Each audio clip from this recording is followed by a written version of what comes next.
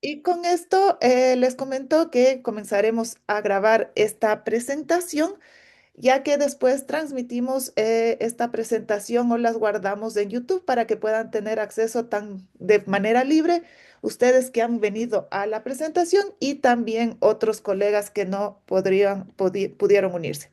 Así que bienvenidos todos y le doy la bienvenida a Javier y podemos comenzar. Les recuerdo que Javier hará la presentación y después tendremos unos minutos para poder hacer preguntas y comentarios. Bueno, mil gracias, Clara. Qué enorme gusto. Nosotros tenemos muchas reuniones en esta modalidad y ahora es como ampliar nuestro living de trabajo a todos los que se están uniendo, que por suerte veo que hay muchas personas, pero esta modalidad online tiene un poco eso, que es extraño cómo se generan espacios similares, estando 60 o estando 2 o estando... Así que bueno, no importa cuántos seamos, la idea es poder compartir alguna de las ideas que, como les decía, veníamos hablando con Clara y con Clara como estandarte y representante fundamental del capítulo latinoamericano, pero en representación de ella, todos los que somos parte del capítulo de la SPR.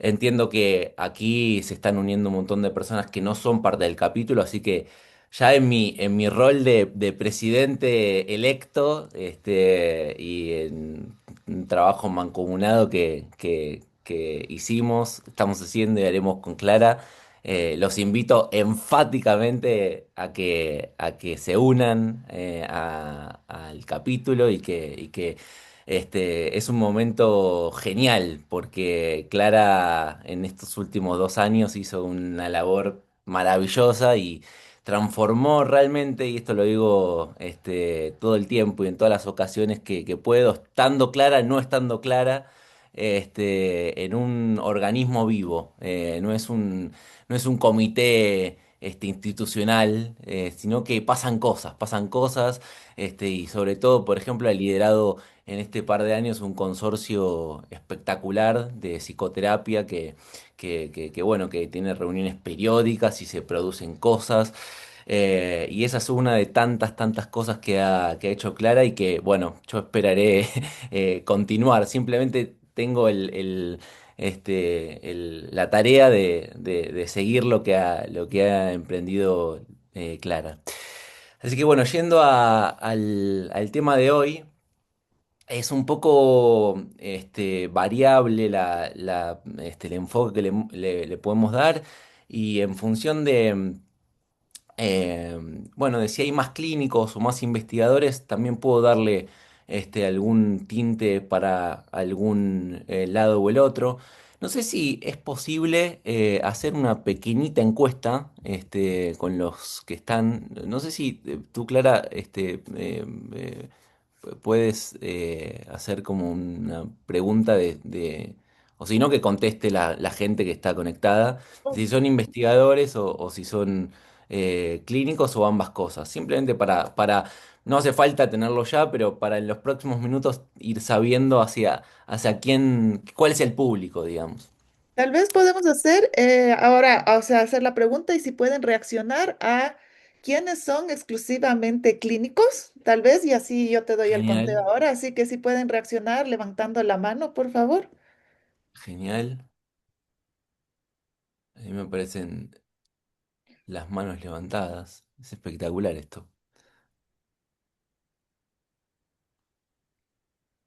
Si siguen aumentando, eh,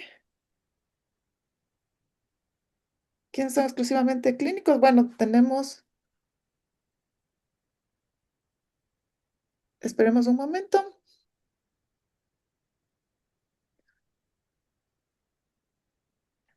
Sube y baja, es Sube y curioso. baja, pero tenemos sí alrededor de 20 Bien, personas.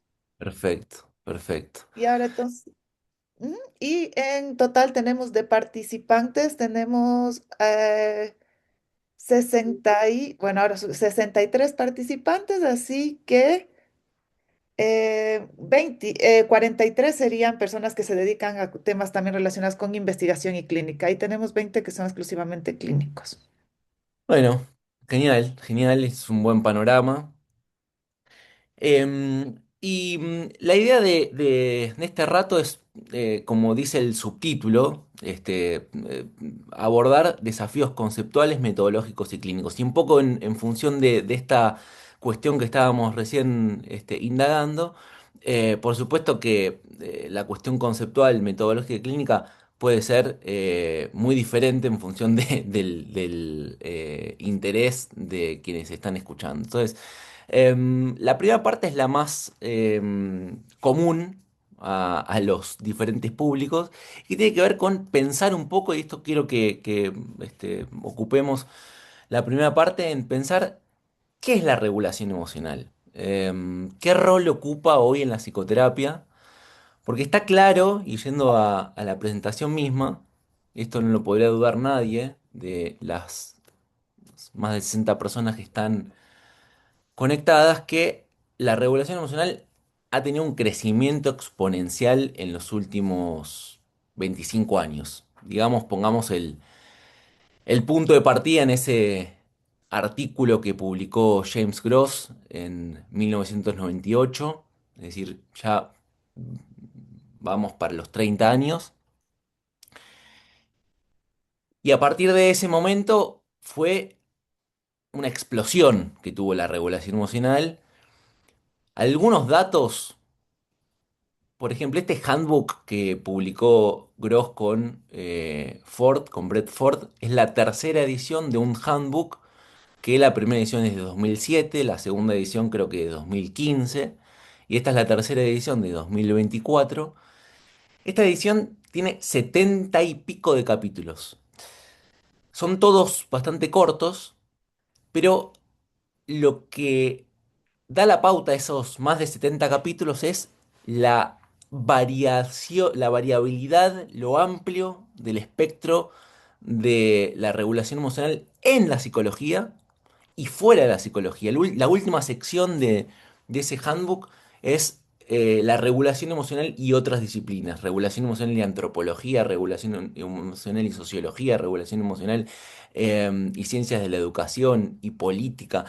Es decir, la regulación emocional ha empezado a tener un lugar muy preponderante y seguramente todos nosotros hemos no solamente oído hablar de la regulación emocional, sino tenemos contacto con alguna de las múltiples caras que tiene la regulación emocional y eso es parte de lo que quiero que empecemos a dialogar y a tener presente, que es que la regulación emocional es multi facética, tiene múltiples caras, tiene múltiples facetas, tiene múltiples capas y es parte de lo apasionante y parte de lo complejo que quiero que vayamos desandando un poco en esta primera parte.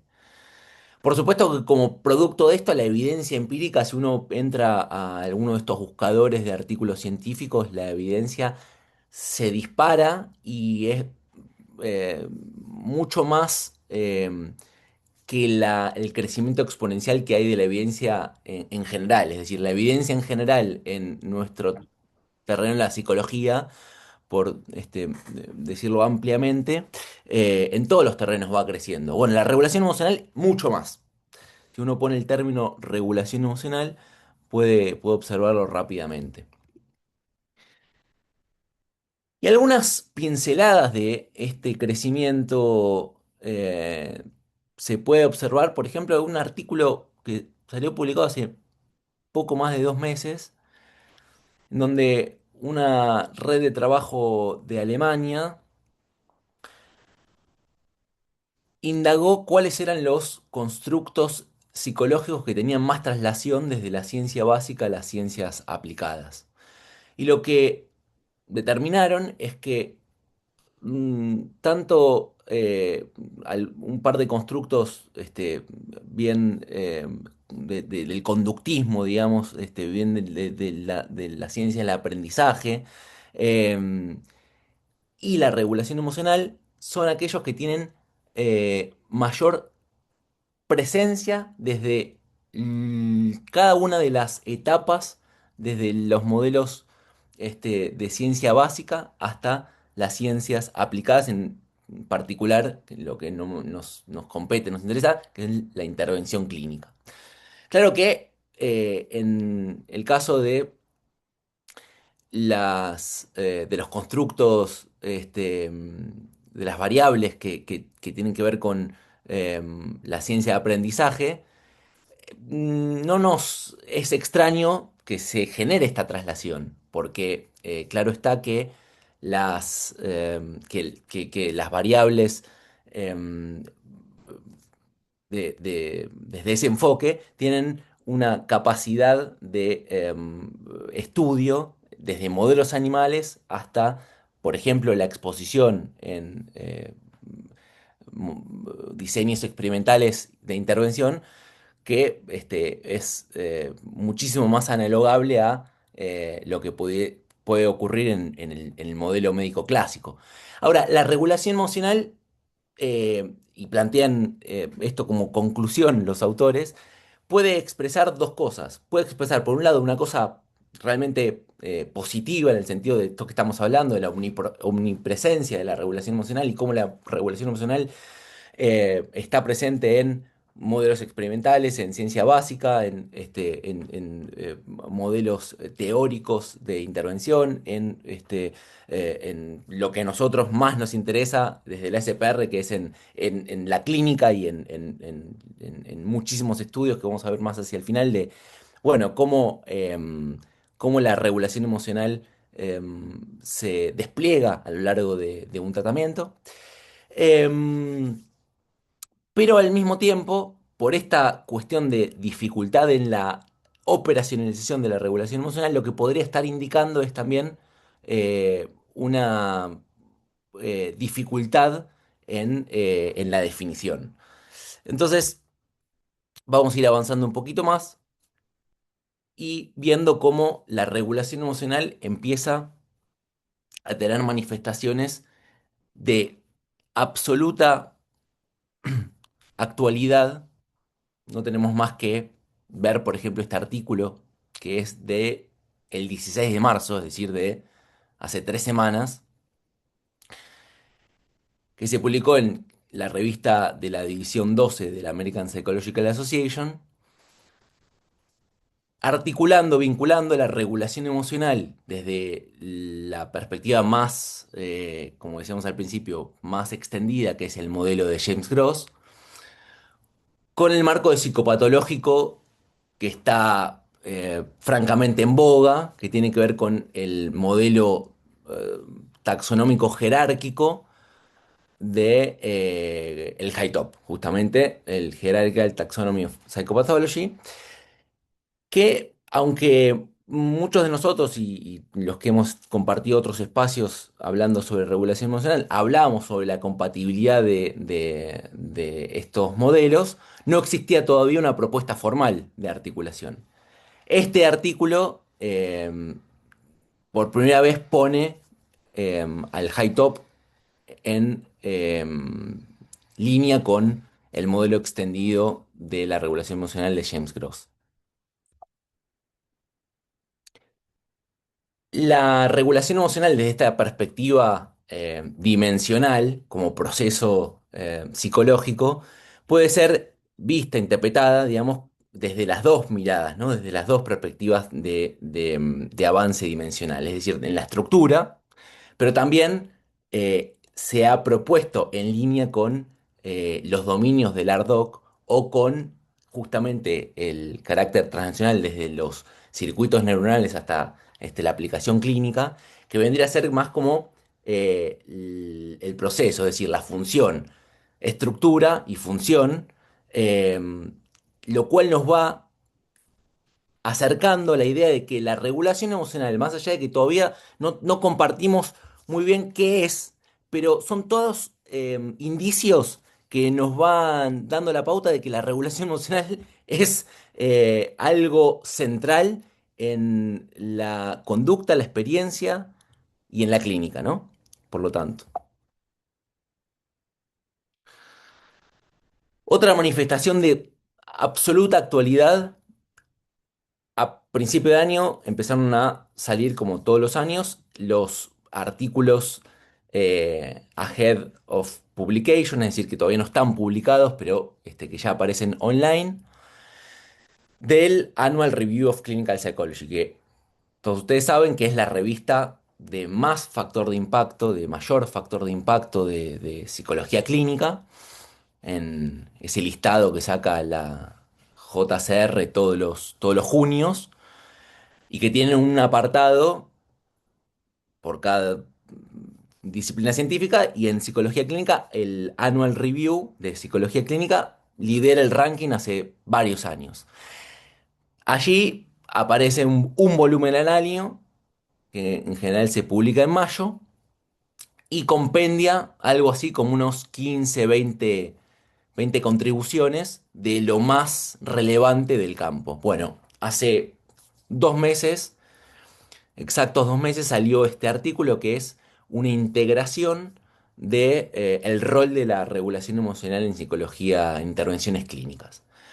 Entonces, nosotros lo que podríamos, digamos, aquí hacer un paréntesis, un punto aparte, eh, y decir, la regulación emocional es indudable que tiene una presencia eh, con una importancia, para la redundancia, supina. Es de los constructos que más se están estudiando.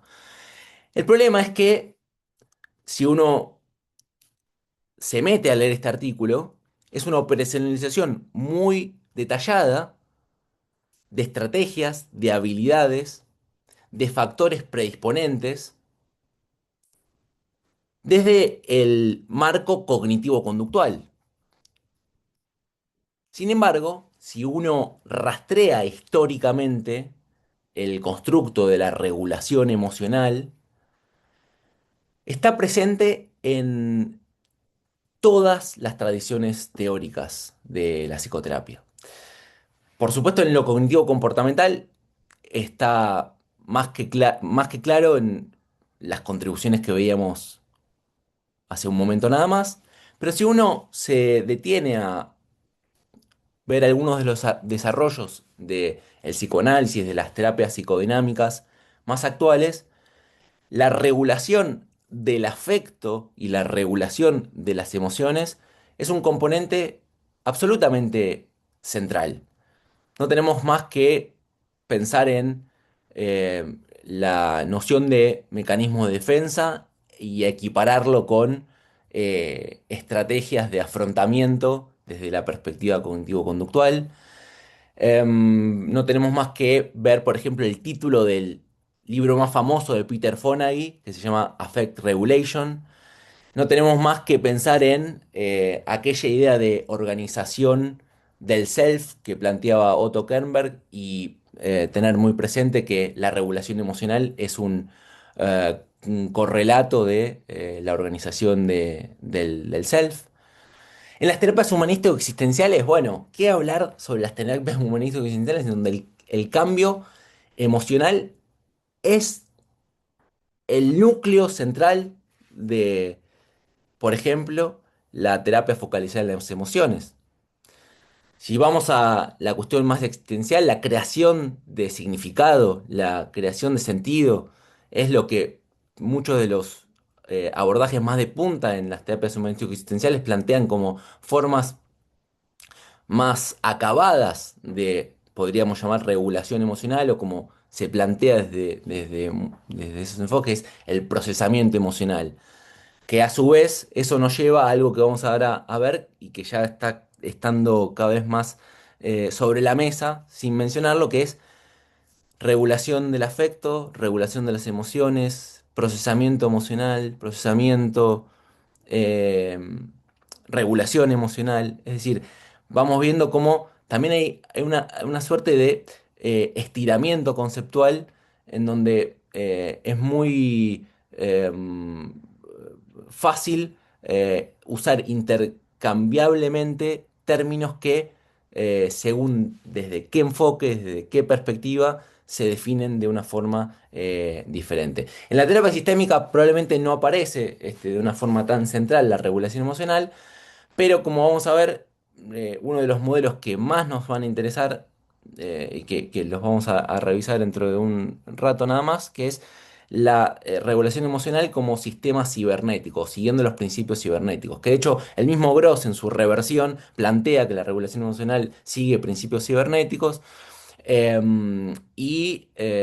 es solamente uno de las múltiples conexiones o articulaciones con los principios sistémicos. Por no hablar de la terapia, de la regulación emocional interpersonal, ¿no? Y así podríamos hacer solamente este webinar viendo la interconexión que hay con las cuatro grandes tradiciones de psicoterapia y por supuesto con sus ramificaciones que ya sabemos que se interconectan entre sí en múltiples aspectos. Y hay algunos desarrollos puntuales que muestran la articulación, la regulación emocional. Por ejemplo, trabajo de Rabinovich, que en el año 2016 publicó la regulación emocional psicodinámica en perspectiva del modelo de sensibilización de Wolpe. Entonces, plantea cómo hay ciertos conceptos como la exposición en terapia se puede homologar, digamos, vincular con cuestiones como el trabajo transferencial. eh, en esta misma dirección, el grupo que muchos de ustedes conocerán, que es el grupo de italianos o uno de los grupos de italianos que están en SPR, Ariana Palmieri, Johan Kleinbub, Sergio Salvatore, trabajando con el grupo de Gross, hizo una perspectiva integrativa entre la regulación emocional, la perspectiva psicodinámica y de la perspectiva cognitivo-comportamental.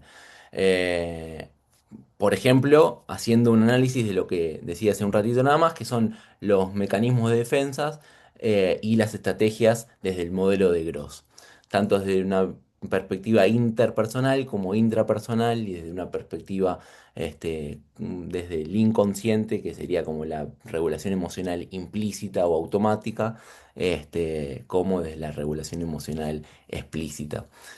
Entonces, todo esto nos deriva en los modelos integrativos que existen hoy, transteóricos y transdiagnósticos, que empiezan a proponer a la regulación emocional como uno de los grandes principios ordenadores de cambio.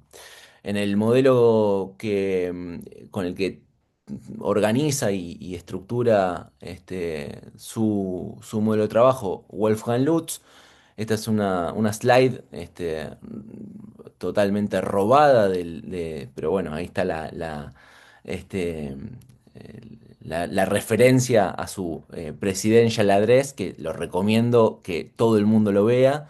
El que no lo haya visto, el que lo haya visto, que lo vuelva a ver, porque ya lo vi varias veces y voy aprendiendo cada vez que lo veo.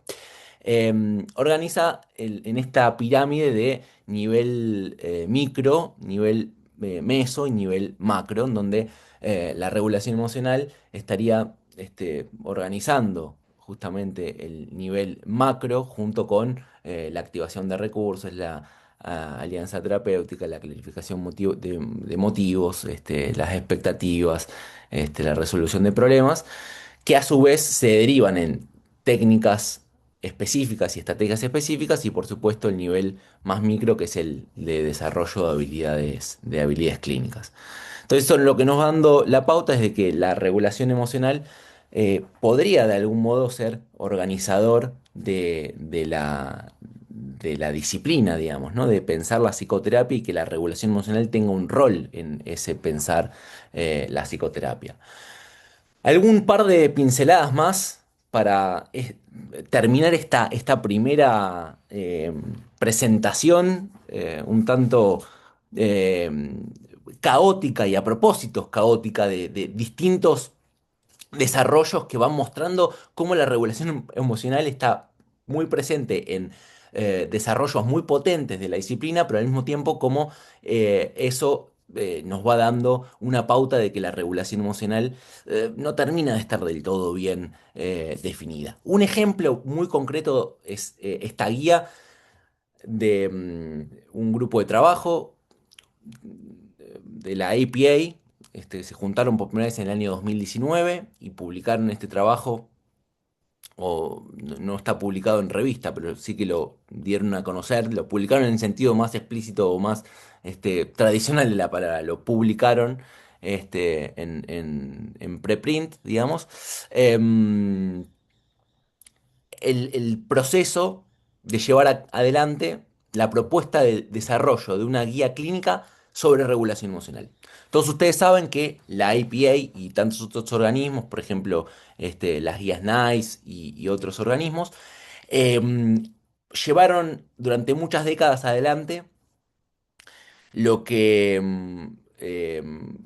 se llamaron guías clínicas para trastornos específicos. Es decir, había guías clínicas, y las sigue habiendo, para los distintos trastornos de ansiedad, para el trastorno de depresión, para todo el espectro psicopatológico.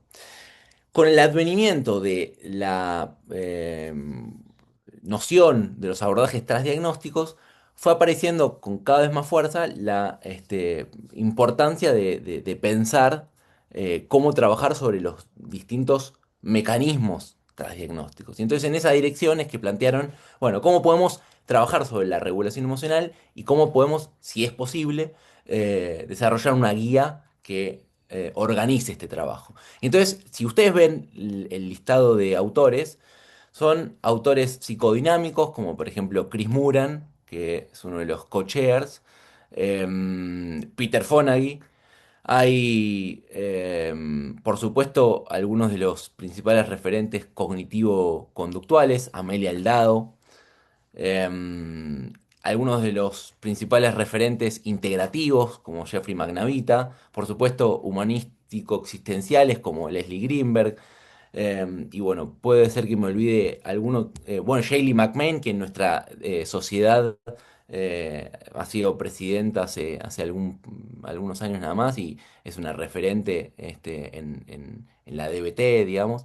Entonces, es muy integrativo en términos de no solamente de los abordajes de psicoterapia, sino también personas como James Gross, que no es necesariamente clínico, es decir, es un referente en regulación emocional como proceso básico, digamos. Él es profesor en Stanford en psicología, digamos, ¿no?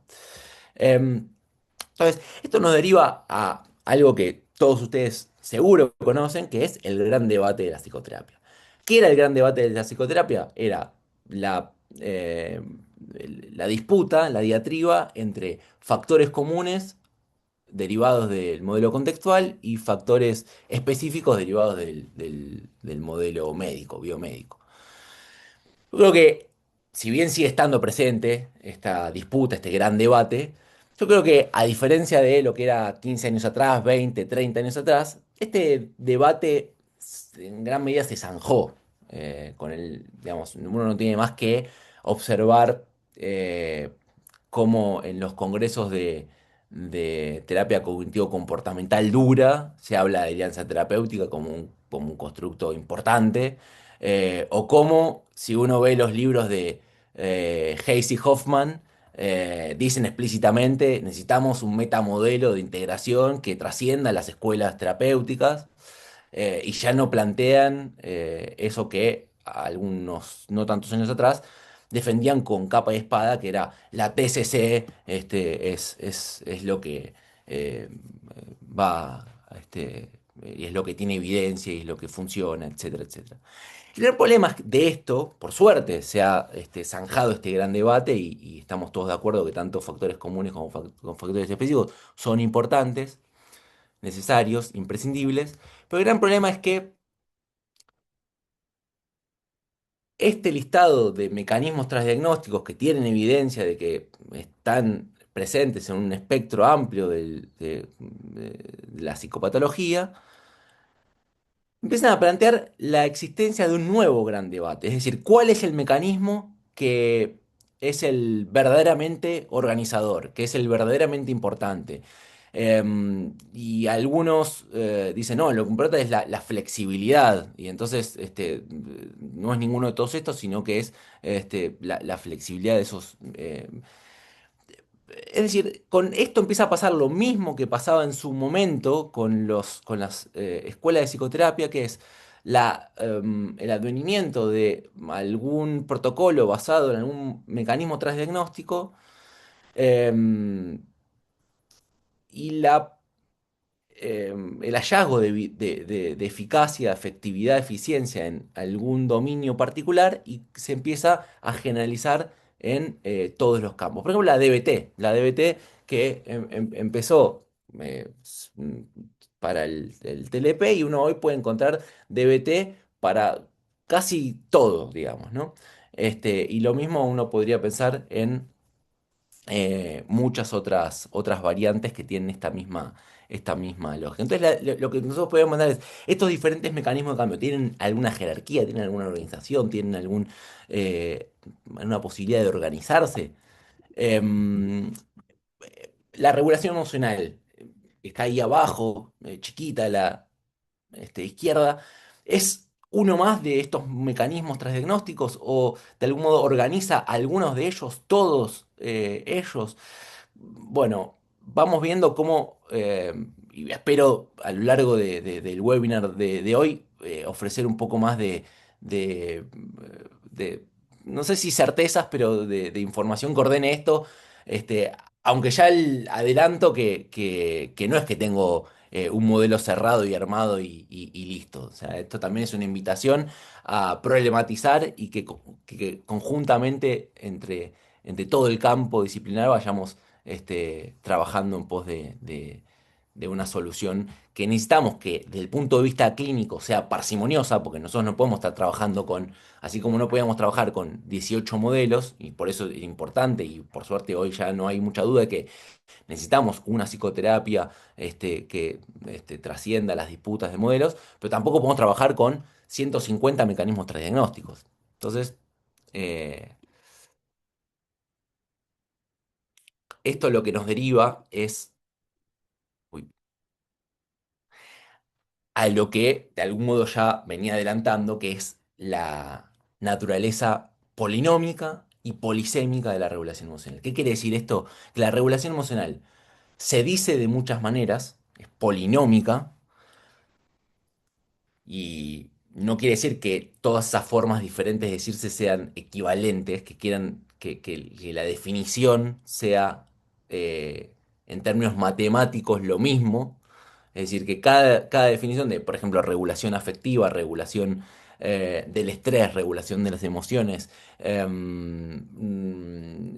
si uno piensa en afrontamiento, si uno piensa en autocontrol, hay muchas palabras y, por ejemplo, eso se traduce en que cuando queremos una revisión sistemática sobre regulación emocional, es un lío pensar toda la desambiguación de regulación emocional. Pero también la otra cara de la moneda es que es un constructo polisémico. Es decir, que por regulación emocional, por esa palabra, porque si no, digamos, todo eso se ordenaría en que, bueno, listo, a todos lo llamamos regulación emocional y también es un problema. La regulación emocional tiene múltiples significados. Es decir, quiere decir muchas cosas diferentes. Y eso es sobre todo lo que quiero que trabajemos y que hagamos una buena distinción desde el punto de vista clínico, qué necesitamos tener en cuenta para trabajar con el constructo de regulación emocional. Y algunos ejemplos de esta confusión lo podemos ver, por ejemplo, en la autocompasión, como uno de los millones de ejemplos. Es decir, ¿es una estrategia de regulación emocional o es un constructo diferente de la regulación emocional? Esto no está para nada consensuado en la literatura y podemos ver estos dos artículos de mil ejemplos que podemos encontrar por ahí, en donde en el primer ejemplo la autocompasión es un constructo diferente, de hecho dice autocompasión, regulación emocional y estrés, y un segundo artículo en donde dice self-compassion como una estrategia de regulación emocional. Volviendo a Amelia Aldado, que dicho sea de paso es argentina, siempre me dio curiosidad porque tiene cero conexión con Argentina, porque se fue muy chica a Estados Unidos. Trabaja ahí y en el año 2010 con Susan Nolen Hoeksema, que murió de muy joven, pero una referente en temas de rumiación genial. Y Susan Schweizer, que es británica, hicieron el metaanálisis más citado en regulación emocional. Este, mm, no el paper más citado, que es, otra vez volvemos a lo de Grossi y todo su desarrollo, pero el metaanálisis de Aldao, no sé cuántas citas tiene, pero es lo más citado. Ya tiene a esta altura 16 años el paper. Y organizó la regulación emocional con estas 6 estrategias: aceptación, evitación, resolución de problemas, revaloración o reevaluación, rumiación y supresión. Ahora, uno puede encontrar, por ejemplo, muchísima evidencia empírica hecha con el ERQ. El ERQ, que es el Emotion Regulation Questionnaire, que es el cuestionario que más se usó para operacionalizar regulación emocional. ¿Qué problema tiene el ERQ? Que tiene dos dimensiones: reappraisal, revaloración, y supresión. 4 ítems y 6 ítems. Entonces, cuando uno ve muchas veces literatura de regulación emocional, si uno va al apartado de métodos, lo que va a ver es que en realidad solamente se midió con el RQ, es decir, con dos de estas 6 estrategias. Y a su vez, estas 6 estrategias no son todas las estrategias que hay. Y a su vez vamos a ver que las estrategias no es la única forma de operacionalizar o conceptualizar a la regulación emocional. Un ejemplo más: rumiación. Hay veces que, como veíamos recién, la taxonomía de Aldao es una de las estrategias de regulación emocional. Otros tantos ejemplos que es distinto: más rumiación y menos regulación emocional, eh, como dos constructos diferentes.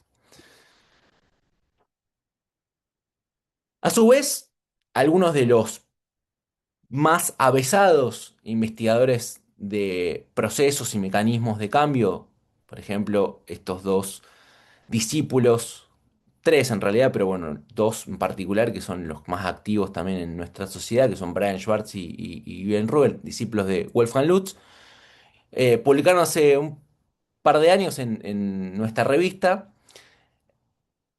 una taxonomía de mecanismos de cambios generales. Y más allá de entrar con qué es un mecanismo general, ¿no? Observen simplemente cuál es la solución a la que llegan, de cuáles son los mecanismos generales transversales a la psicoterapia, transteóricos y transdiagnósticos. Lo que dicen es que la regulación emocional es uno de ellos.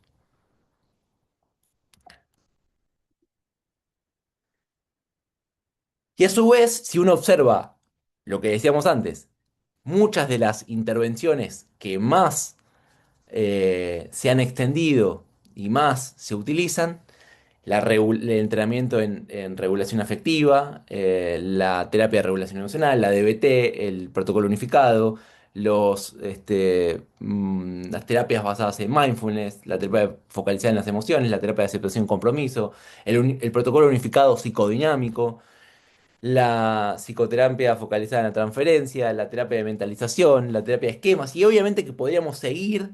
Tiene la regulación emocional en algún lugar más o menos importante. Esto tiene otra vez la misma cara que lo que decíamos cuando hablábamos de ciencia básica, y eso que tiene la potencia de que indudablemente no nos podemos hacer los indiferentes con la regulación emocional. Tenemos que tener el toro por las astas, porque evidentemente si terapias psicodinámicas, terapias cognitivo-conductuales más clásicas, terapias de tercera generación, terapias más integrativas como la terapia de esquemas o la DBT, todas tienen a la regulación emocional como un aspecto importante, es que evidentemente algo está expresando. Pero al mismo tiempo, lo que tenemos que tender es bueno, a ver cómo lo operacionaliza en cada uno de estos. No en cada uno, no lo vamos a hacer porque no nos daría el tiempo, pero vamos a ver que hay una diferencia importante en algunos casos y en otros no.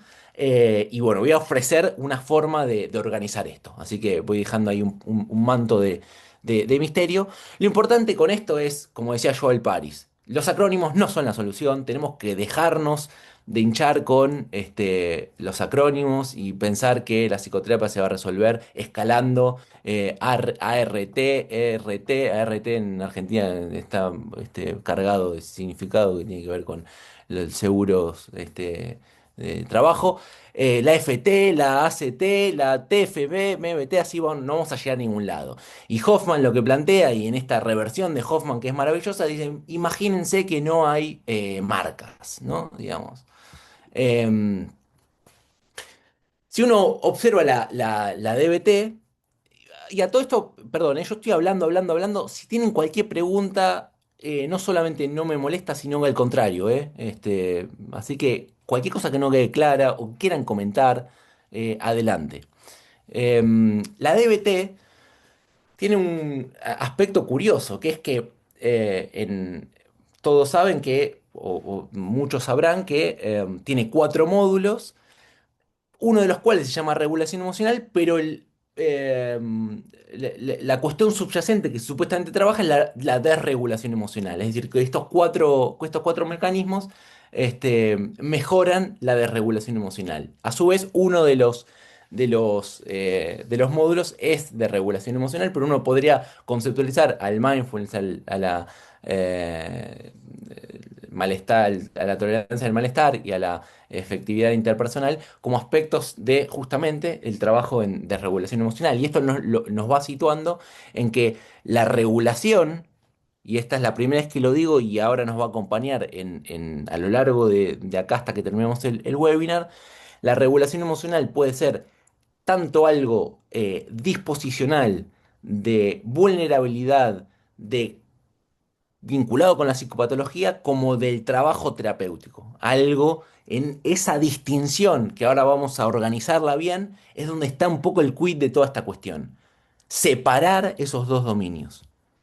Y la DBT, aunque desde el punto de vista terminológico me parece que confunde un poco, pero lo hace maravillosamente. Es decir, hay algo que tiene que ver con las habilidades que se trabajan y otra cosa es con el modelo psicopatológico que importa para saber cómo es el desarrollo y aparición de la condición clínica y hacia dónde queremos, como la carta navegación de un tripulante, cuando bueno, sabe hacia dónde quiere dirigirse, digamos, que es el mejoramiento de ese target de tratamiento. Si vemos en la terapia de esquemas, bueno, en la regulación emocional está muy presente en los esquemas desadaptativos emocionales, que esto se expresa en la involucración temprana en, por ejemplo, evitación, que además se vincula con regulación emocional inefectiva y por consecuencia con una desregulación desde el punto de vista comportamental. Y así hay algunas propuestas, por ejemplo, esta eh, por Fassbinder y colegas, que en virtud del modelo de Gross, que otra vez, para alguien que no haya estado desde el comienzo, es el modelo más estudiado en regulación emocional, que es un modelo temporal que tiene estas cinco etapas: selección de situación, modificación de la situación, despliegue atencional, reevaluación cognitiva y modulación de respuesta. Bueno, precisamente la DBT y la terapia de esquemas, por ejemplo, se podría analizar en perspectiva de esta etapa del modelo de Gross. Ahora, el punto central, que ya lo hemos adelantado en algún punto anterior de la presentación, es que cuando uno analiza los papers más integrativos de regulación emocional desde todas las perspectivas teóricas, tiende a organizar los abordajes o el tipo de regulación en dos abordajes o en dos familias diferentes. Abordajes estructurados, más vinculados con lo cognitivo-comportamental, y otro con lo afectivo experiencial, más vinculado con lo psicodinámico, con lo humanístico experiencial. Y cuando uno analiza esa familia de intervenciones en los mecanismos que se activan, efectivamente lo que está activando es algo del orden de lo cognitivo conductual versus algo del orden de lo experiencial dinámico. Y esto, por ejemplo, en el paper de Grecucci, Messina y colegas, analizan las bases biológicas de cada uno de las vías, del tipo de intervenciones de cada una de las vías, y está muy detallado cómo, aunque es el mismo constructo, se podría pensar con el mismo constructo, pero a través de dos vías muy diferentes, que a su vez está absolutamente vinculado con esta idea que mencionábamos al principio de conductas y experiencias, que siempre, siempre son organizadoras de nuestro trabajo terapéutico, como los dos niveles en los que podemos trabajar, lo periférico de la conducta, lo sintomático, y lo profundo de la experiencia, la organización de la experiencia como aquella idea que habíamos mencionado algunas diapositivas atrás, que tiene que ver con la organización del self, con quién fui, con quién soy, con quién quiero ser, con quién espero ser, em, y cómo organizo sobre todo mis conductas, mis pensamientos, mis emociones. Entonces, volviendo a esta idea de la regulación emocional em, como variable de resultado, como mecanismo, como target de tratamiento. Bueno, ya una década atrás, Gratz, que es una de las autoras de uno de los cuestionarios más usados, sobre todo en clínica, que es el DARS, que muchos de ustedes lo conocerán, Gratz y Römer, planteaba justamente esta cuestión, que la regulación emocional, según los estudios y la literatura, hay estudios que lo plantean como una variable de resultado, otros como mecanismo y otros como el target de los tratamientos, digamos. Em, y para esto es importante tener una noción conceptual de qué queremos decir cuando queremos decir cada una de estas cosas. Es decir, proceso de cambio es qué ocurre en la sesión a nivel del terapeuta y del paciente. Es decir, yo como terapeuta pongo en marcha una serie de acciones y de procesos que impactan en el paciente. Eso es la sesión y lo que ocurre en la sesión. Luego el paciente se va y impacta en una eh, catarata de mecanismos interconectados eh, durante el tratamiento, pero no necesariamente en la sesión, y eso redunda en el resultado terapéutico. Entonces, como conclusión de esta primera parte, lo que podremos decir es, la regulación emocional es un cajón desastre. Es decir, decimos por regulación emocional cosas muy, muy diferentes, metemos en la bolsa muchas cosas diferentes. Tiene, por lo tanto, un estiramiento conceptual abrumador. Y el gran problema de esto es que cuando se es todo, se corre el riesgo de no ser nada. Es decir, que ante nuestra búsqueda integrativa de tratar de encontrar precisamente cómo puede los distintos mecanismos de cambio tener algún tipo de organización taxonómica, si lo que terminamos diciendo es que al final lo único que hay que hacer es regular, y lo que terminamos diciendo es que por regulación emocional eh, la única cuestión son las habilidades de acción en oposición a la emoción de la DBT o los módulos del protocolo unificado. Bueno, evidentemente lo estamos reduciendo a algo muy muy chiquito, mientras alguien dibujó la diapositiva, que no sé si tiene algún sentido estético o conceptual, pero lo agradezco, es algún tipo de participación, no lo digo más que en clave graciosa. Este, y bueno, ahí nos va a acompañar a esas dos pinceladas que veo que quedan acá en las diapositivas. El año pasado, en el journal de la CEPI, de Psychotherapy Integration, unos alemanes fueron muy osados y plantearon que toda psicoterapia es una forma de regulación emocional. Entonces, justamente cuando decimos que cuando se es todo, se corre el riesgo de no hacer nada, es un perfecto ejemplo, digamos. Esa es una No es que no tenga ningún valor, ni mucho menos. Lo que hicieron es una eh, búsqueda teórica y conceptual sumamente rica, pero la derivación de eso, y lo pueden encontrar en la conclusión del paper, es que plantean que toda psicoterapia es solamente regular emociones. Em, lo que tenemos que tratar de escudarnos es en esos reduccionismos también. Entonces, la propuesta es que, ¿qué es la regulación emocional? Y acá lo que quiero invitarlos es a pensar en la regulación como, en primer lugar, desde una perspectiva casi como organísmica de cómo los organismos, y acá viene la noción cibernética y la noción de sistemas, digamos, funcionamos al margen de que sea una célula, al margen de que sea un ser humano, un grupo, una familia.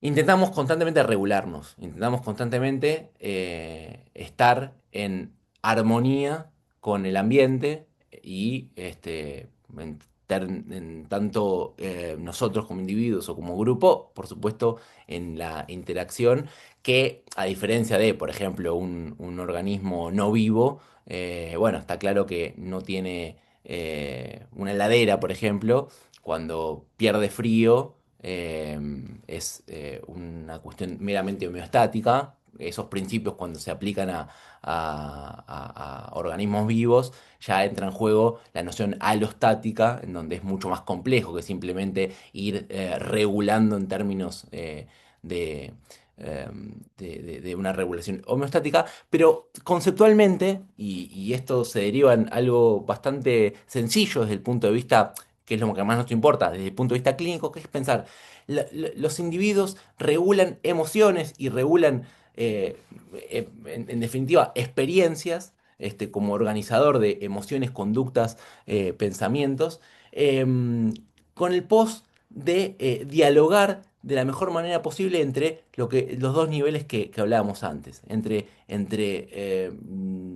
quienes son disposicionalmente y lo periférico de la conducta que tiene que ver con qué va actualizando momento a momento, es decir, estado a estado. Ahora lo vamos a ver más claro. Entonces, en ese sentido, el modelo más usado es el de Gross, que ya lo habíamos mencionado minutos atrás, que de una definición muy sencilla, es el proceso por el cual se intenta influir sobre qué emociones se tiene, cuándo se tiene y cómo uno las experimenta o las expresa. Y acá este modelo de rasgo-estado que estaba en el título de la presentación, yo creo que es fundamental, no solo para la regulación emocional, de hecho Sigal Silchamano lo presentó básicamente a modo genérico, pero lo trabajó desde la Alianza Terapéutica, y que tiene que ver con poder hacer una distinción verdadera entre rasgo y estado. Poder hacer una distinción lo más certera posible entre em, psicopatología y procesos de cambio. Esto a nivel de investigación tiene sus implicancias, tiene sus cuestiones muy concretas de cómo operacionalizar rasgo y estado, pero desde el punto de vista clínico es fundamental también, porque si nosotros indistinguimos o solapamos estos dos niveles, es lo que está pasando con la regulación emocional.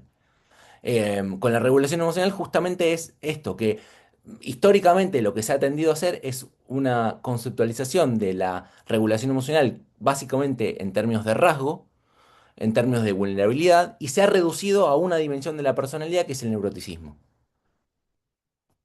Como rasgo clínico se plantea, bueno, la validez incremental, o sea, la importancia de rescatar el rasgo clínico de regulación emocional frente al neuroticismo, pero siempre ha estado sujeto a esa familia. No siempre, pero en gran medida. El protocolo unificado es un ejemplo muy concreto de cómo a partir de la concepción del neuroticismo redunda toda la intervención de la reactividad emocional o de la posibilidad de regular mejor las emociones, como una cuestión de conceptualización de vulnerabilidad de los pacientes, digamos, ¿no?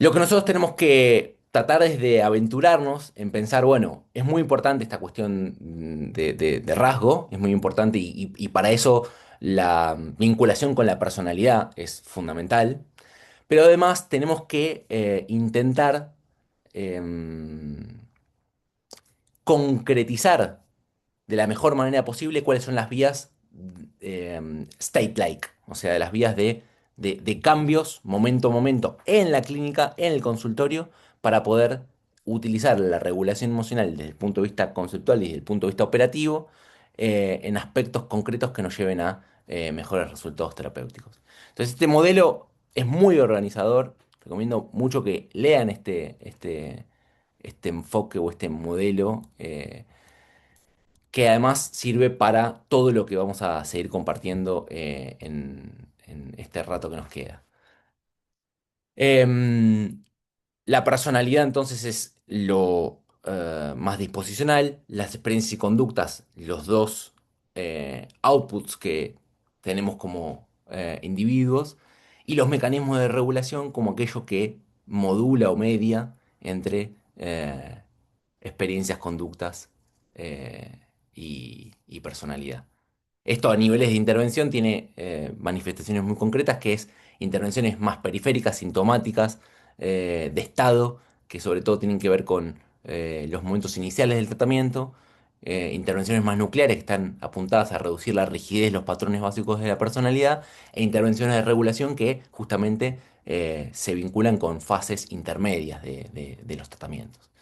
Esta cuestión de estados y rasgos va constantemente dialogando entre sí, pero si la tenemos en perspectiva del modelo de Sigal, de state-like y trait-like, eh, podemos eh, organizar de una manera mucho más parsimoniosa y útil eh, cómo operan en la psicopatología y en el cambio clínico, digamos.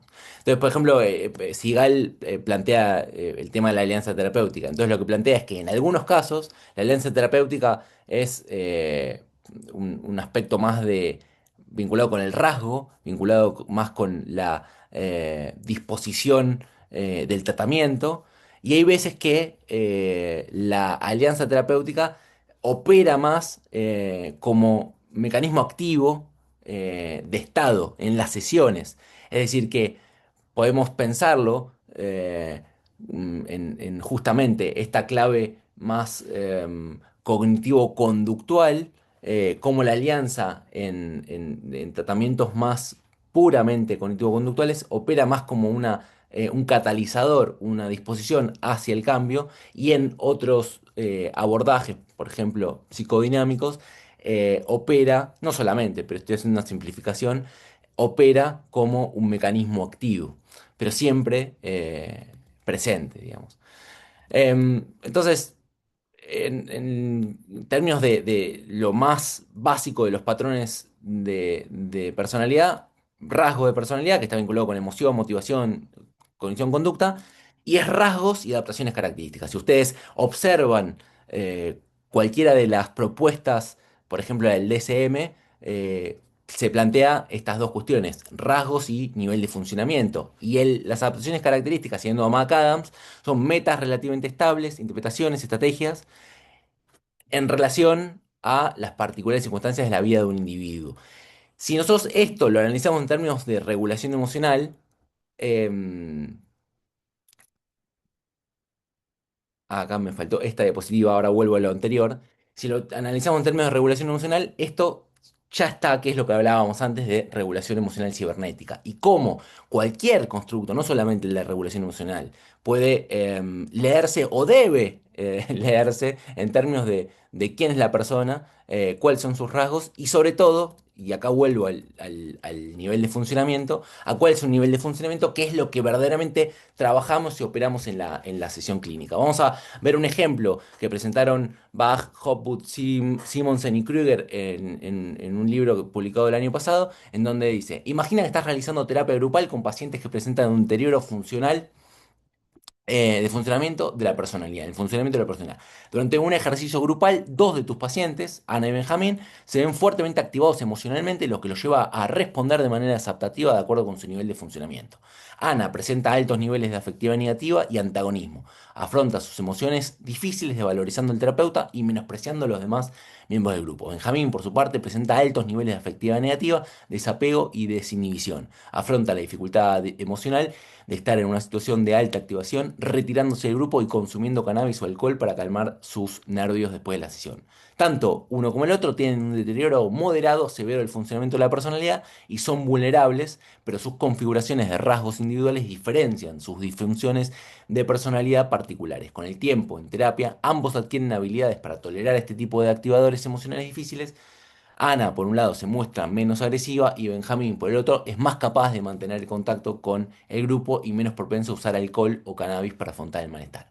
Sin embargo, Ana sigue siendo una persona relativamente directa y frontal y Benjamín sigue siendo algo introvertido y socialmente cauto. En consecuencia, el nivel de funcionamiento de Ana y Benjamín cambió de un deterioro grave a uno solo moderado, mientras que sus rasgos individuales permanecieron esencialmente sin cambios. Así como diferían entre sí antes del tratamiento, también difieren después del tratamiento, aunque ambos mejoraron en su funcionamiento. Entonces acá podemos ver cómo la personalidad es organizadora, cómo el nivel de funcionamiento está vinculado no tanto con quiénes son, sino con qué hacen con eso que son y cómo debemos operar en términos de regulación emocional, intentando tener presente esta variable del nivel de funcionamiento.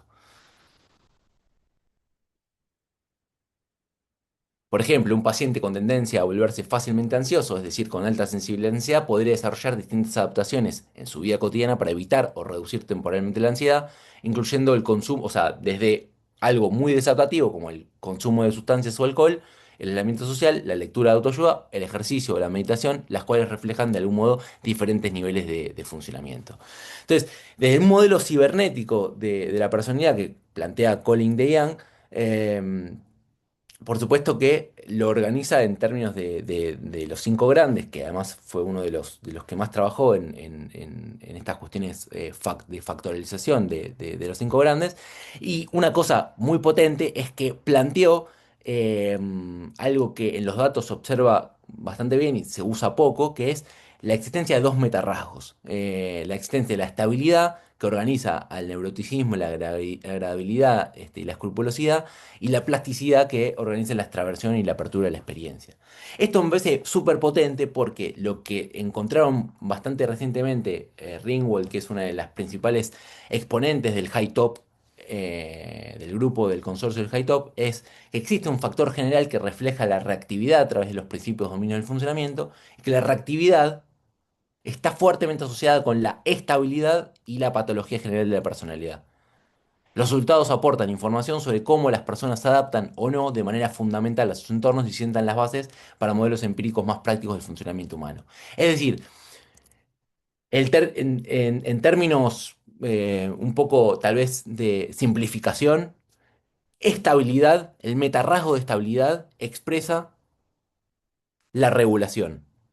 La regulación no solamente de en términos de, como decíamos, de trait reducido a el neuroticismo, que corresponde a variaciones en la capacidad para regular las reacciones emocionales, también la responsabilidad que corresponde al control de impulsos y a la regulación de la conducta dirigida a metas, y la amabilidad o agradabilidad que corresponde a tendencias prosociales que regulan las reacciones durante las interacciones sociales. Es decir, que de algún modo la regulación en su conjunto, la regulación emocional, eh,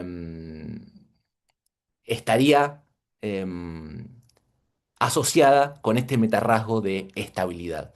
Que a su vez esta noción de estabilidad y plasticidad se puede asociar a casi como un leitmotiv en psicología en general, ¿no? Digamos, la aproximación y la evitación, la asimilación y la acomodación en Piaget, digamos, no son totalmente homologables, pero de algún modo lo que nos ofrece esto es, bueno, algún puente bastante sólido, empírica y conceptualmente.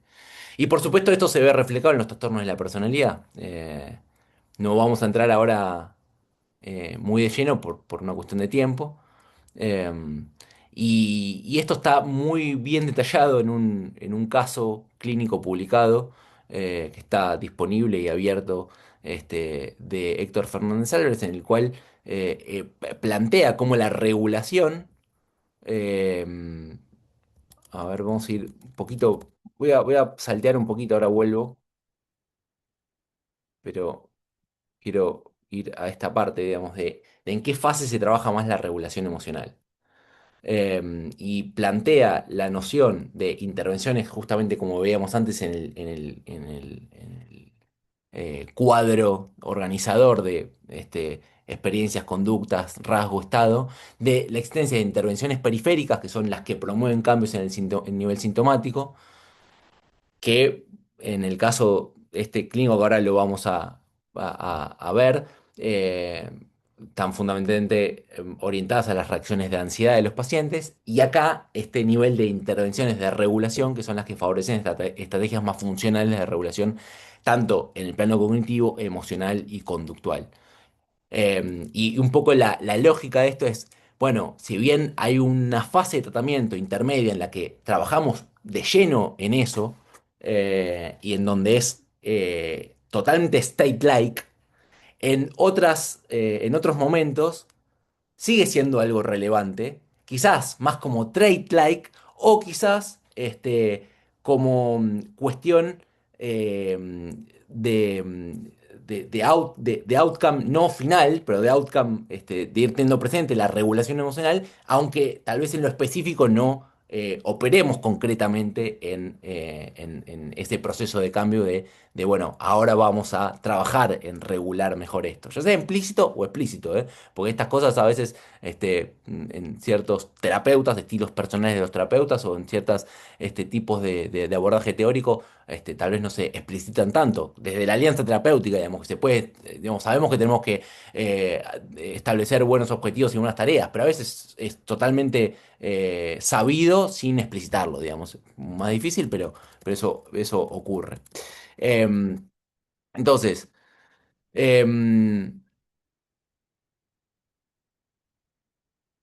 el punto es, en la literatura, básicamente lo que existe son modelos de estrategias y modelos de habilidades. Modelos de estrategias vinculado con lo que hablábamos antes al principio, vinculado con el modelo de Gross, vinculado con este modelo que con el tiempo se súper complejizó y que pasó del Emotion Regulation Questionnaire que les decía de 10 ítems a un modelo o un cuestionario más amplio en donde se incluyen ya todas las etapas del modelo de regulación emocional, em, con conceptualizaciones de una complejización eh, elevadísima, como la existencia de polirregulación, y por otro lado, el modelo de habilidades o de dificultades, que es muchísimo más clínico, pero que en rigor son totalmente articulables. De algún modo es como, bueno, el proceso y el mecanismo. Es, incorporo esta estrategia y eso hace que mejore o no, pero que impacte sobre alguna de las habilidades o dificultades de regulación emocional. Estas son dos de las más conocidas, que es la del DERS y esta la del ACT de Matías Berking. Em, y que en rigor, cuando se metaanalizan toda la estructura de estrategias y habilidades, acá lo reduce al nombre de estrategias, pero de estrategias y habilidades, hay como dos grandes movimientos que además se asemejan con lo que veíamos recién de estabilidad y plasticidad, que tienen que ver con desinvolucramiento, alejamiento, involucramiento, acercamiento. Y después empíricamente encuentran que rumiación, worry, es otro factor, digamos, de estrategias y habilidades. Claro, estrategias y habilidades vinculadas con modelos del aprendizaje tienen un nivel de sofisticación muchísimo, muy alto, con los procesos de aprendizaje, por ejemplo, asociativos y sociales, en donde se vinculan justamente el awareness emocional, los objetivos o sí, los goals, y la selección, la selección de estrategias, que si ven, esto es totalmente vinculable con la slide de los principios cibernéticos, de las adaptaciones características. Pero en cualquier caso, lo que nos está faltando es la cuestión de la organización de la experiencia. Es decir, que hay una traslación entre modelos, ya sea más generales o más clínicos, pero muy precisos y minuciosos en términos de lo más cognitivo-conductual.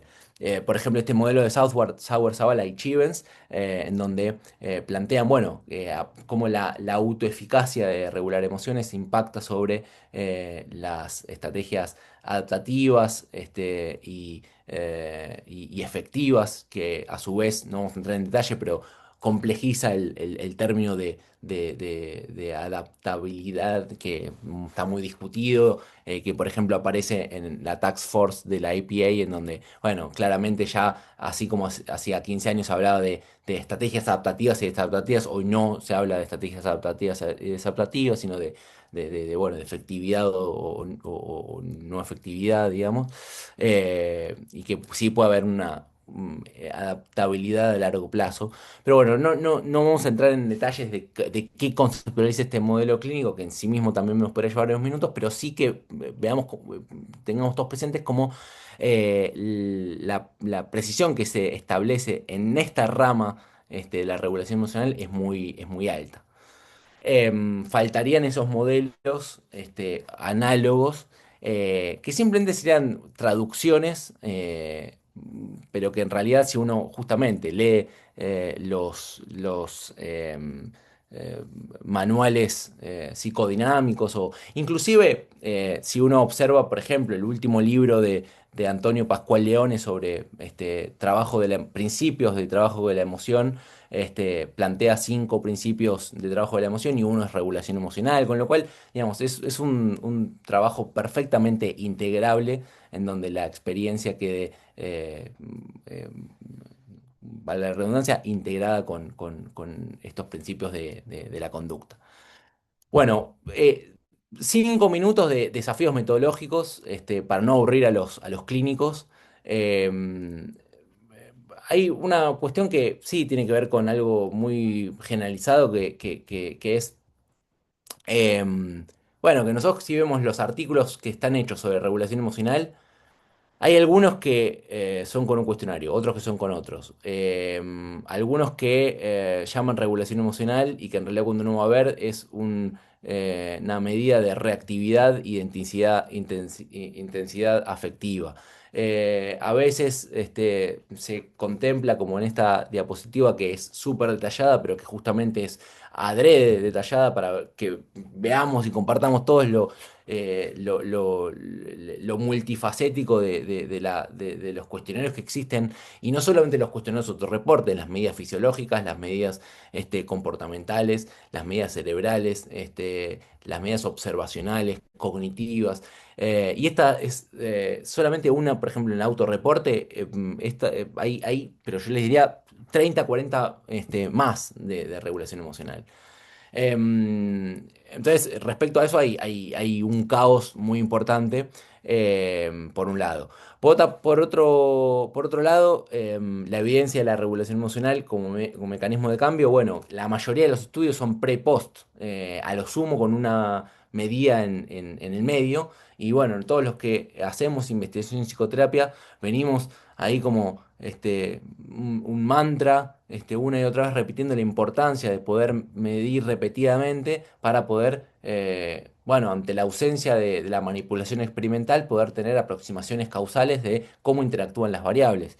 Y además, no solamente apoyarnos en el autorreporte, que, bueno, tiene la maravillosa, naturaleza de poder indagar la experiencia subjetiva, pero muchos límites al respecto. Y justamente lo último, que era el cruzamiento de variables, que bueno, nosotros muchas veces cuando tomamos, por ejemplo, regulación emocional, y como este caso, depresión, tomamos una medida de regulación emocional, una de depresión, y los modelos con los que analizamos los datos simplemente asumen que la regulación emocional impacta sobre la depresión. Lo que necesitamos empezar a hacer es lo que se empezó a hacer en la Alianza Terapéutica algunos años atrás, que es el efecto del huevo y la gallina. Es decir, que podría pasar perfectamente que la regulación mejorara una vez que mejoran primero los síntomas de, en este caso, por ejemplo, depresión. Es decir, para eso necesitamos estrategias analíticas de cruzamiento de variables. A su vez, estamos recién empezando justamente a incorporar el modelo de Sigal, Silchamano, de desagregación de efectos trait y efectos state, que por ejemplo nosotros lo hicimos con datos que se recogieron del monitoreo, de la monitorización sistemática de resultados en AIGLE. Sigal lo hizo con un ensayo clínico aleatorizado en rumiación.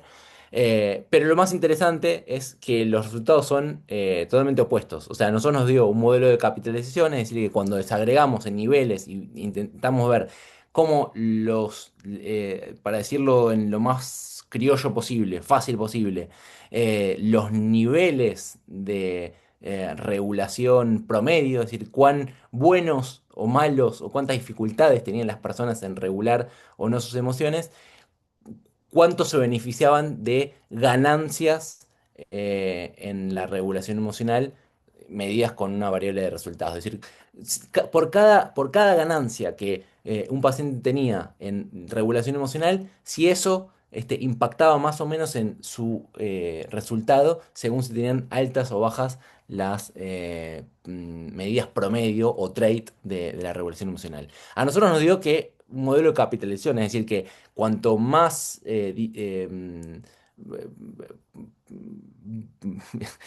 cuantas menos dificultades tenían los pacientes, más se beneficiaban. Es decir, una cuestión de cuanto más bien estás, más te beneficias de la regulación emocional.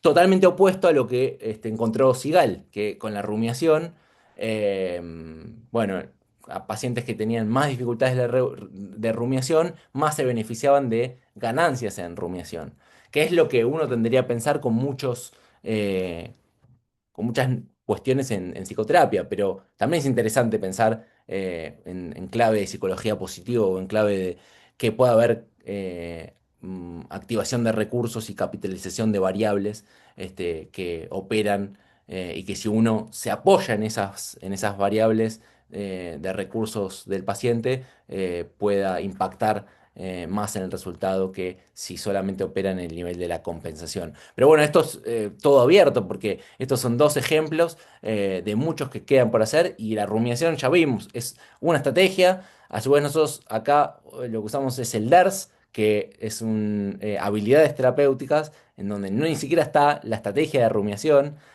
con lo cual, bueno, esto es para abrir un poco el debate también respecto a lo caótico del campo. Se están empezando cosas en otros abordajes que no sean cognitivo-comportamentales o como en nuestro caso en AILE integrativos, sino psicodinámicos, como en este caso de acá.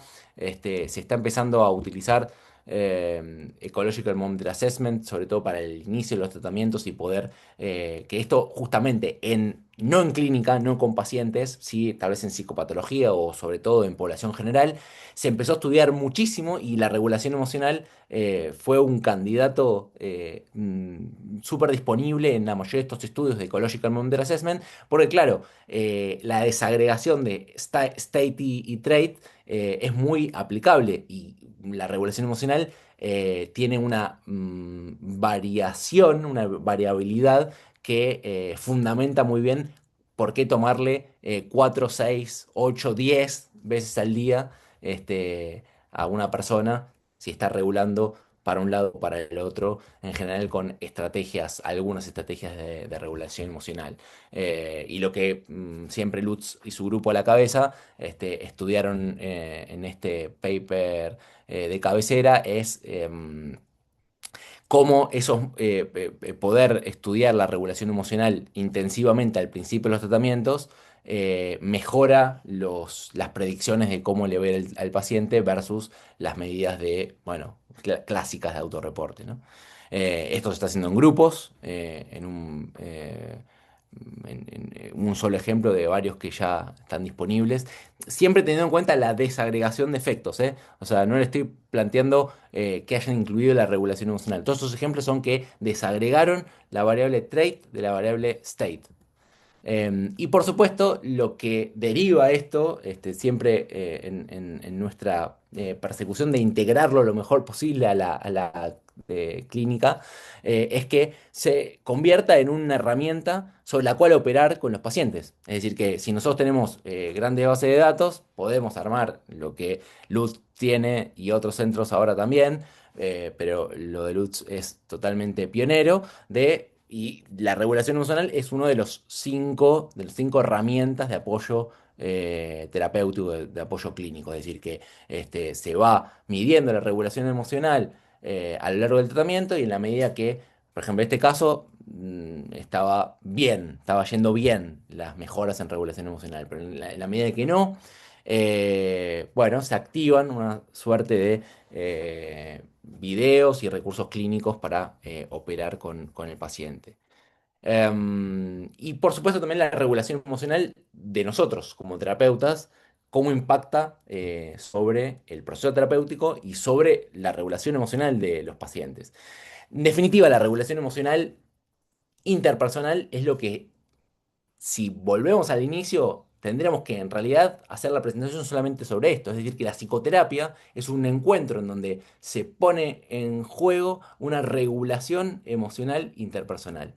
Em, y en este sentido hay muchísimos desarrollos de regulación emocional interpersonal, no solamente en clínica, y sobre todo, concretamente, con la noción de sincronía que se viene estudiando a nivel fisiológico, a nivel no verbal, y que es muy promisorio respecto a cómo podemos justamente trascender los autorreportes para bueno, mejorar estos modelos de predicción que les mostraba antes.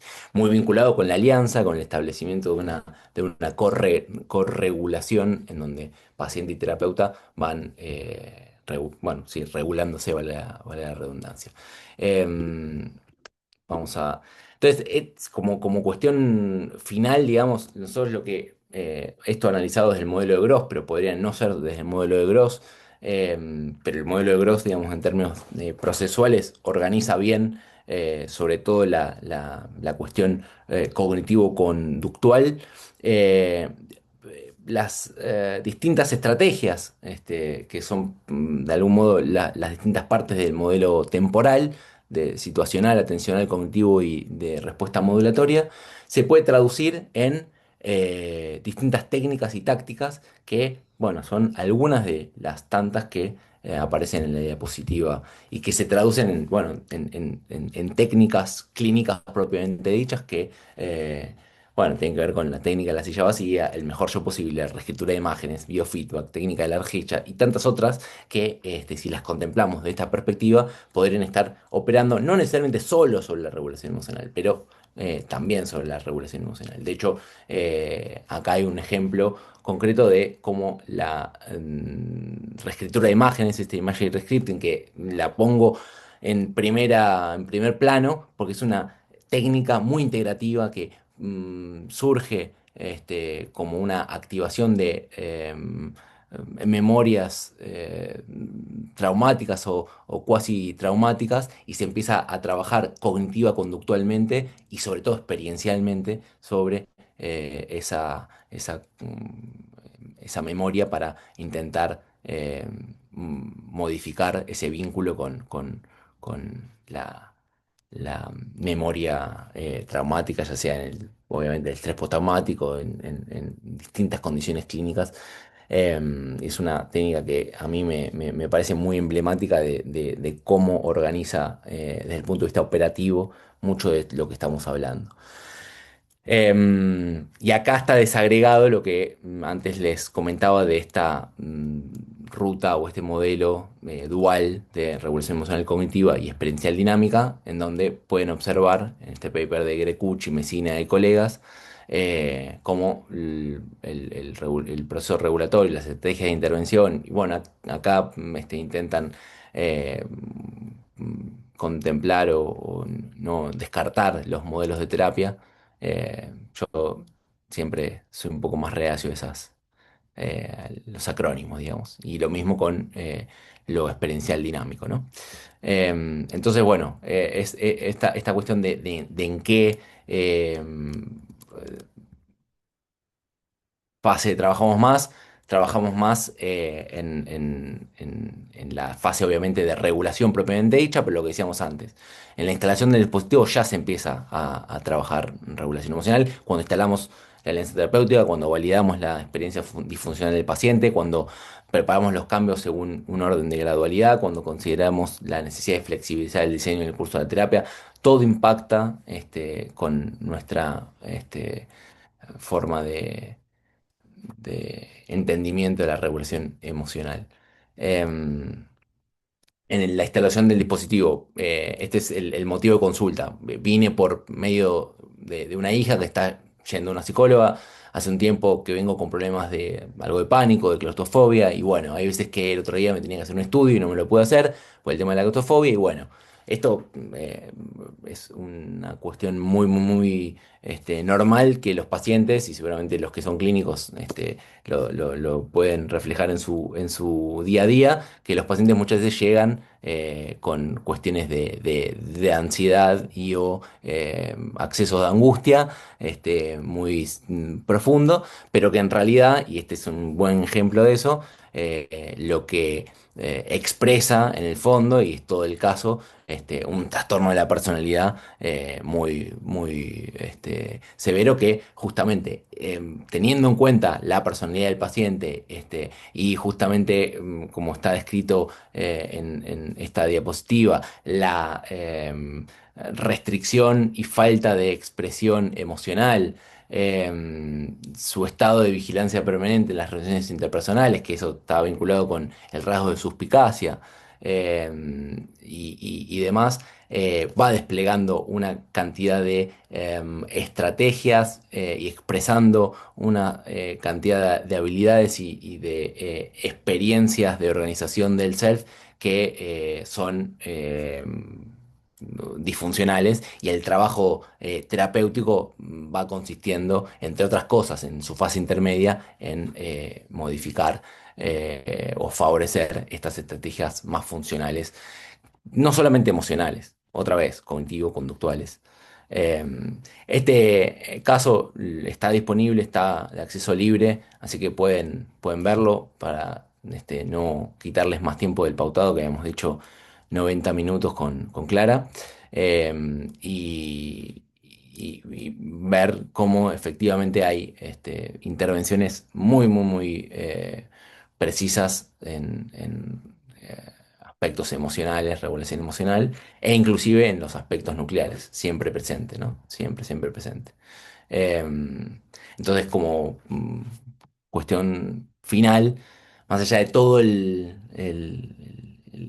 caos de la regulación emocional y todas las ventanas que abrimos, y que vamos a tener que seguir abriendo y que conjuntamente vamos a tener que seguir intentando integrar, bueno, este modelo de algún modo es una suerte de modelo paraguas que nos permite operar, bueno, parsimoniosamente con toda la complejidad del caso, digamos, ¿no? O sea, sin reducir ni a la conducta, ni a la experiencia, ni a simplemente una cuestión de rasgo, ni simplemente a una cuestión de estado. Así que bueno, quedo disponible ahora y en cualquier momento para que me hagan las preguntas que quieran, y sobre todo, más que preguntas, que no sé si tengo tantas respuestas, para que esto sea un motivo de intercambio, debate y que podamos, eh, bueno, intercambiar, sí. Y Gracias, Javi. Excelente la presentación. Creo que nos has dado como toda tu experiencia y también todos estos artículos y esta actualización que es muy pertinente. Ana, lleva hace un tiempo ya levantada la mano, así que le voy a dar la palabra a Ana, que quiere hacer una pregunta. Claro. Muchas gracias. Bueno, buenas tardes a todos, a todas y muchísimas gracias, Javier, por esta presentación que la verdad que estuvo genial. Yo te quería preguntar algo, sí, que tiene que ver con cómo se evalúa ecológicamente momento a momento para llevar adelante una investigación. ¿Qué se utiliza? ¿Alguna app? ¿Cómo se hace? ¿Cómo se lleva adelante eso? Sí, hay muchas aplicaciones.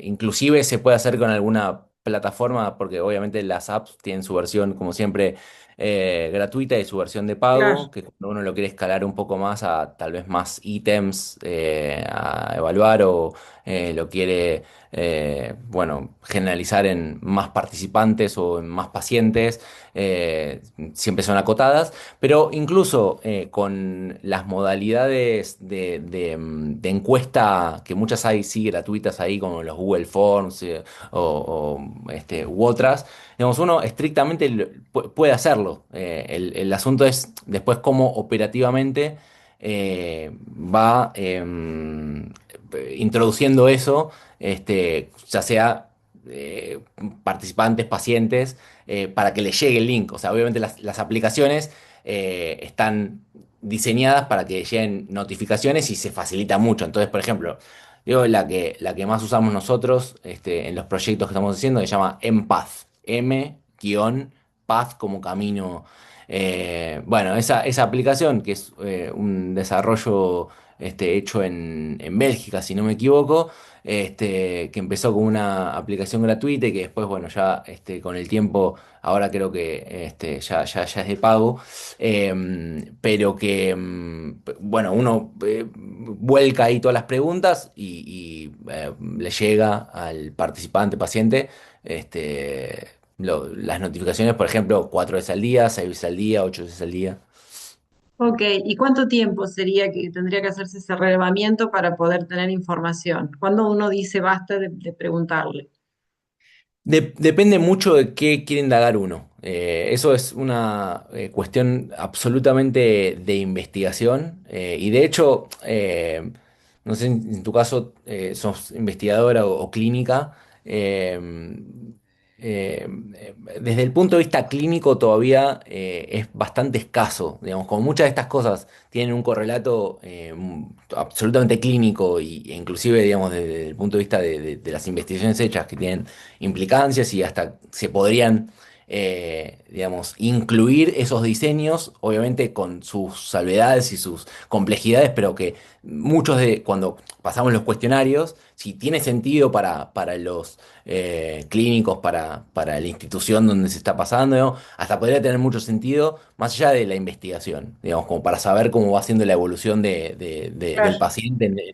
Ahora, con estas modalidades muy intensivas, todavía no hay buenos sistemas de feedback, todavía no se sabe muy bien cómo usar ese dato. Entonces, al momento, esa cuestión queda más como en el plano puramente de investigación. Y dentro del punto de vista de investigación, depende mucho qué uno quiere indagar, cuál es la pregunta de investigación, si necesita más medidas repetidas, menos, cuál es el fenómeno a estudiar. De repente uno lo que quiere saber es cómo le fue en el día. Entonces, hay ciertas variables, aun si son de regulación emocional, que no tienen sentido preguntarlas 4, 6, 8 veces al día. Entonces, lo que se usa es lo que se llama método de retrospección diaria. Entonces, le preguntas al paciente, ¿cómo fue hoy tal cosa?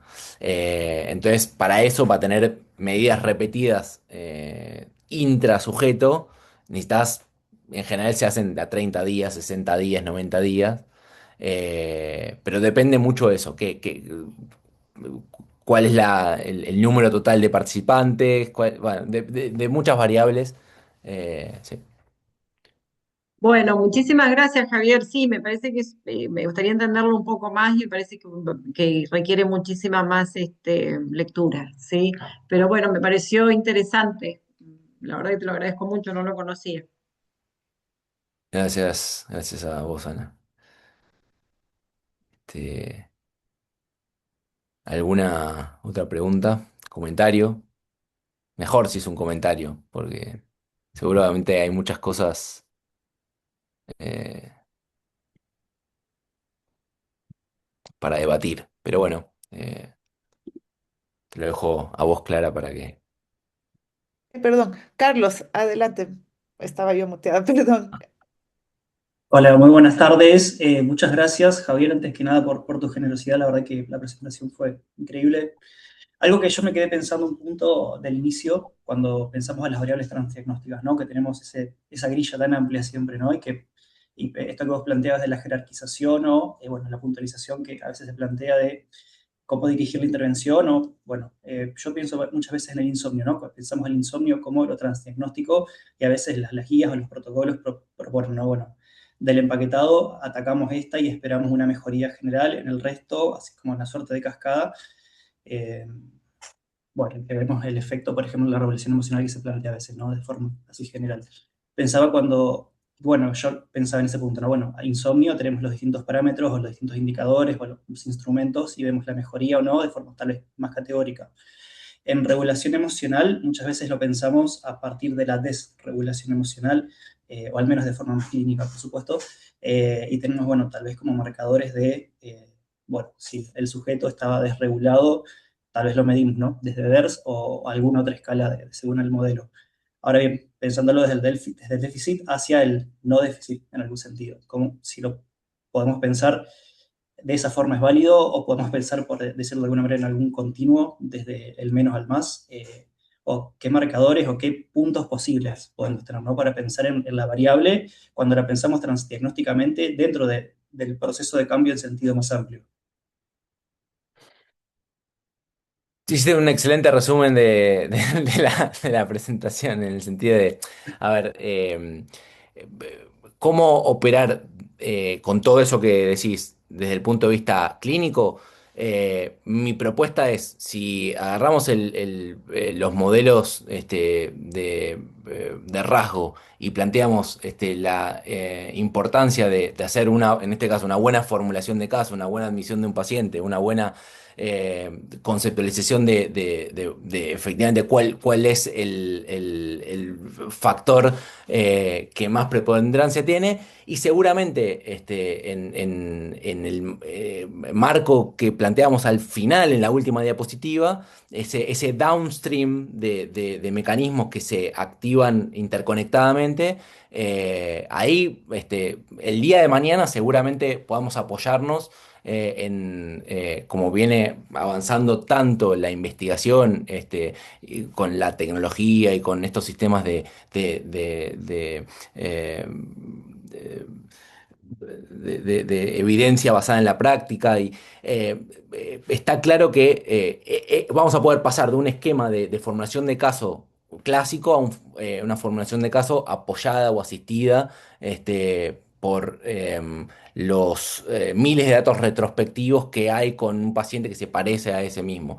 A día de hoy, con el marco general, y es contemplar si la variable es más nuclear de la disfunción, y justamente pasar de la desregulación a la regulación como un continuo, y lo que tenemos que trabajar es más nuclearmente en lo que tradicionalmente llamamos como dificultad en regulación emocional, o si eventualmente lo que, por ejemplo, el ejemplo que dabas vos recién, ¿no? Digamos, un problema más focalizado en el insomnio, y a partir de el trabajo state-like en intervenciones de insomnio, bueno, va a redundar en que la arquitectura regulatoria de la persona esté en mejores condiciones, y por lo tanto se sienta mejor, tenga mayor calidad de vida, bueno, los outcomes finales.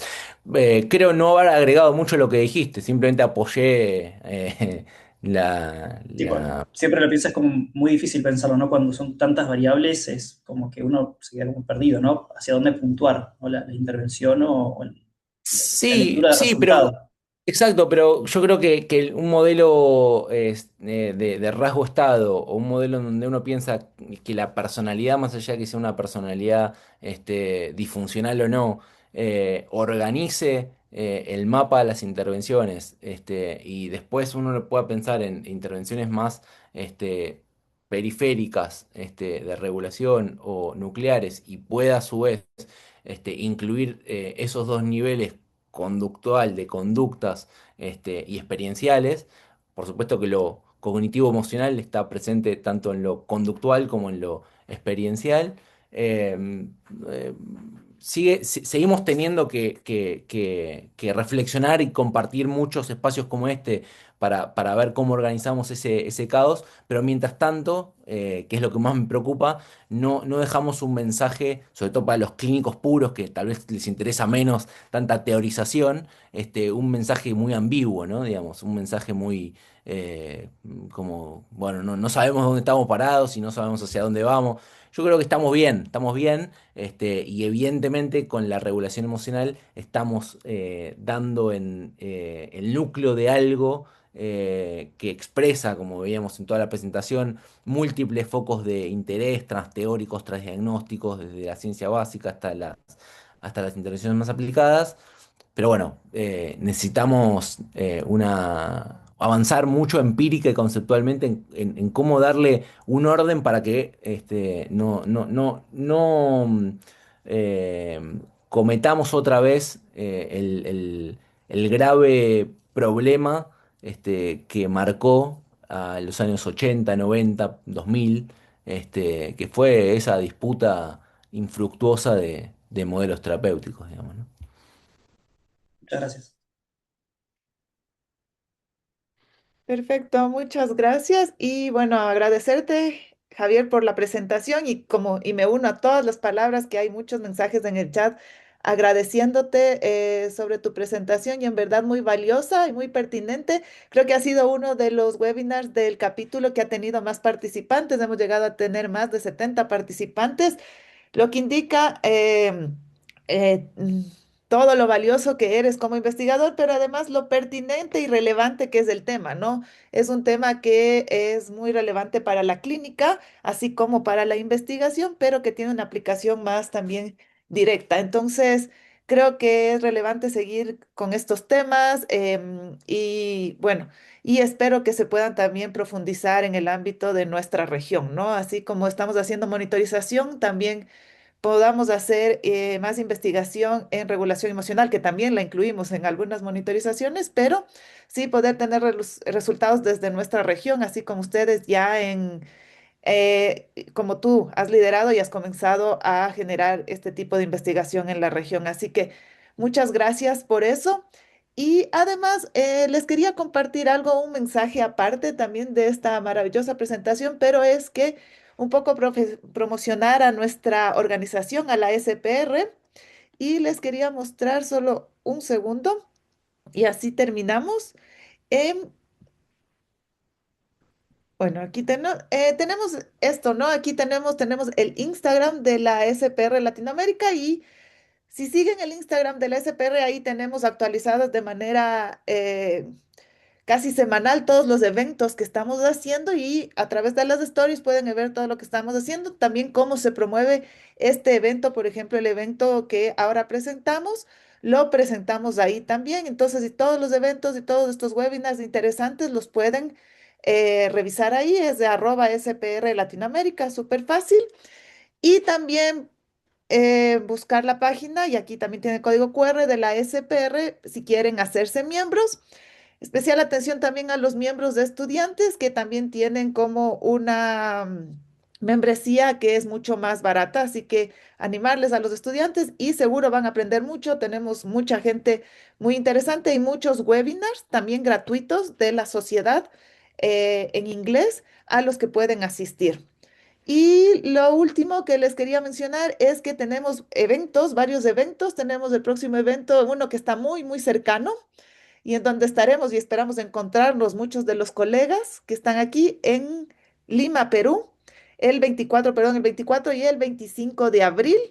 Y nuestro evento, la conferencia internacional, que será en Osaka, Japón, del 24 de junio al 27 de junio.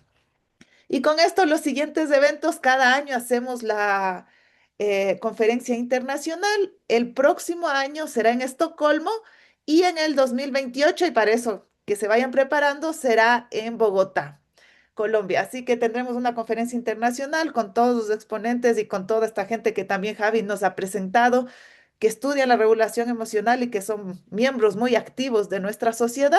Así que tendremos esa participación en Bogotá en el 2028. Así que podemos irnos preparando y también comenzar a seguir a la SPR y también los que estén interesados en estas temáticas a hacerse miembros para poder tener las actualizaciones de todos estos eventos y otras oportunidades que ocurren, incluyendo también la revista, ¿no? Que tenemos la revista interesante y que Javi también nos presentó varios estudios de la revista, que es la Psychotherapy Research. Así que eso, y creo que con esto, no sé si quieres dar, Javi, unas palabras de cierre. Simplemente para complementar a lo que acabas de decir de invitación a hacerse miembros, algo que siempre vale la pena subrayar es que estudiantes son todas las personas que no tengan el doctorado. Que en nuestra región, sobre todo clínicos o personas que, bueno, tal vez tienen muchísima experiencia y no se identifican como estudiantes, pero bueno, que sepan que si no tienen el doctorado hecho, e incluso si tienen la figura postdoctoral, siguen siendo estudiantes para la SPR, con lo asociado que es la cuota mucho más baja, tanto de inscripción en congresos como de membresía, ¿no? Exacto, así que muchas gracias, gracias por la participación y espero que podamos encontrarnos en otros eventos y con los colegas que podamos encontrarnos en Lima muy, muy pronto. Un abrazo para todos. Hasta luego. Muchas gracias.